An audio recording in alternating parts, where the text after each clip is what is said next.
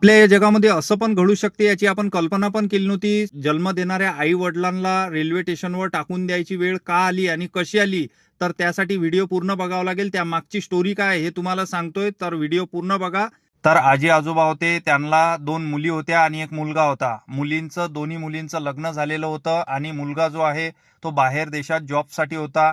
आणि त्याचं पण लग्न मग थाटामाटात करून दिलं आणि दोघं पण चांगल्या जॉबवरती होते, चांगलं पॅकेज होतं आणि असं करता करता काही दिवस निघून गेले आणि त्यांचे आई वडील थोडे आजारी वगैरे पडायला लागले. तर त्यांनी याला फोन करून बोलावलं की आता आमच्या इकडून होत नाही, तू पण इथंच ये, आपली शेती आहे, आपली शेती बघ.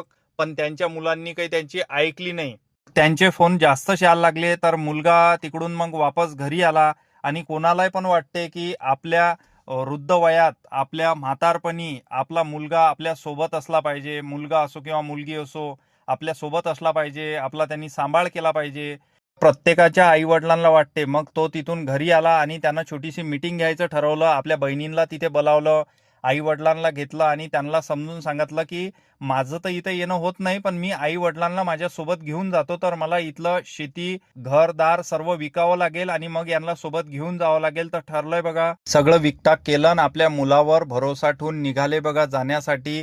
तर काय झालं, तिथं स्टेशनवरती गेले बघा आणि मुलगा त्यांना म्हणाला आत्ताच येतो ना, आता म्हणून तिथं ठेवून गेला, तर डबल आलाच नाही बघा.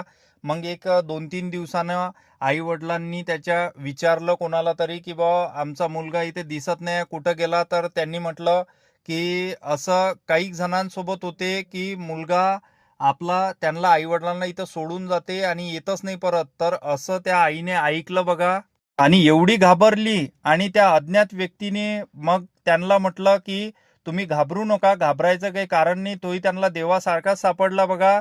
आणि त्यांनी मग त्यांना वृद्धाश्रमात नेऊन तिथे ठेवलं बघा. कारण की आणि एक विषय म्हणजे मी आताच्या पिढीला एवढं सांगू शकतो हा व्हिडिओ करण्याचं कारण एवढंच की बघा, आपल्या जगामध्ये एवढं काही चाललंय बघा, पण आपण त्या गोष्टीचा विचार करायला पाहिजे. आपले आई वडील आहेत, जन्मदाते आई वडील आहेत, त्यांचा सांभाळ व्यवस्थित करायला पाहिजे. आणि आपल्याला शिकवताना शिकवलेलं आहे मातृदेवो भव पितृदेवो भव. पहिले देवांच्या पहिले आपले आई वडील आपल्यासाठी महत्वाचे आहेत. देव म्हणते मी नाही आहे, पहिले सर्वस्व तुमचे आई वडील आहेत आणि मग त्यानंतर देव आहे.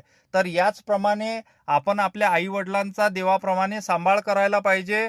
आणि व्हिडिओ आवडला असेल तर जास्तीत जास्त शेअर करा. फॉलो नाही केलं तरी चालते, फक्त आपल्या आई वडिलांना व्यवस्थित सांभाळ करा. हा व्हिडिओ फक्त तेवढ्यासाठीच केलेला आहे. आणि नमस्कार, भेटू पुढच्या व्हिडिओमध्ये.